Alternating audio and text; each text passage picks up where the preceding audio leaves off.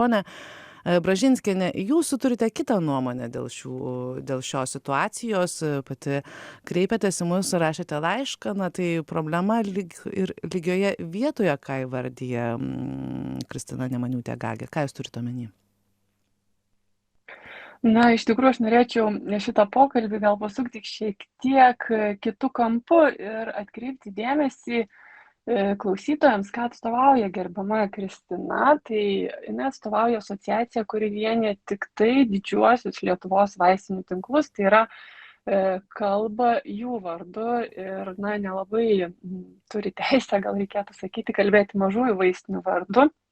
Todėl ką sako Kristina Nemaniūtė-Gagė, tai iš tikrųjų yra kalbama didžiųjų vaistinių tinklų vardu ir dažniausiai yra naudinga tiems didiesiems tinklams.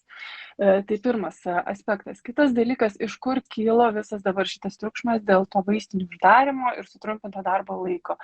Jeigu jūs pasižiūrėtumėte žiniasklaidoje, tai vėlgi nei pacientai kėlė kažkokių tai problemų, nei gyventojai per daug kėlė problemų.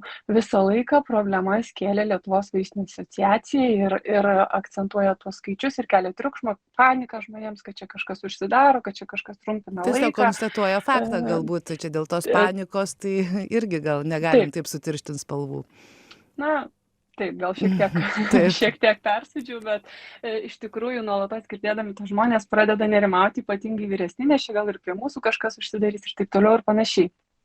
Tai noriu atkreipti dėmesį, kad kai buvo kalbama apie šitas įsigaliojančias įstatymo pataisas, tai ir pacientų organizacijos, ir gydytojų organizacijos, ir visos vaistininkų organizacijos pasirašė bendrą raštą, kurį įteikė valstybės institucijoms, prašydamos, kad nebūtų leista farmakotechnikams dirbti vieniems. Ir patys pacientai pritarė, žodžiu, visi pritarė, kad reikia kokybės. Ir dabar vėl mes kalbam apie kiekybę. Tas didelis vaistinių tinklas yra ir džiaugsmas, ir problema. Būtent dėl jo dydžio mes ir turim tos trūkumus, apie kuriuos kalba Kristina Nemaniūtė-Gagė. Jeigu jisai būtų optimizuotas ir dar daugiau vaistinių būtų uždaryta, tai problemos iš esmės nebeliktų, nes tikrai ta koncentracija yra didelė.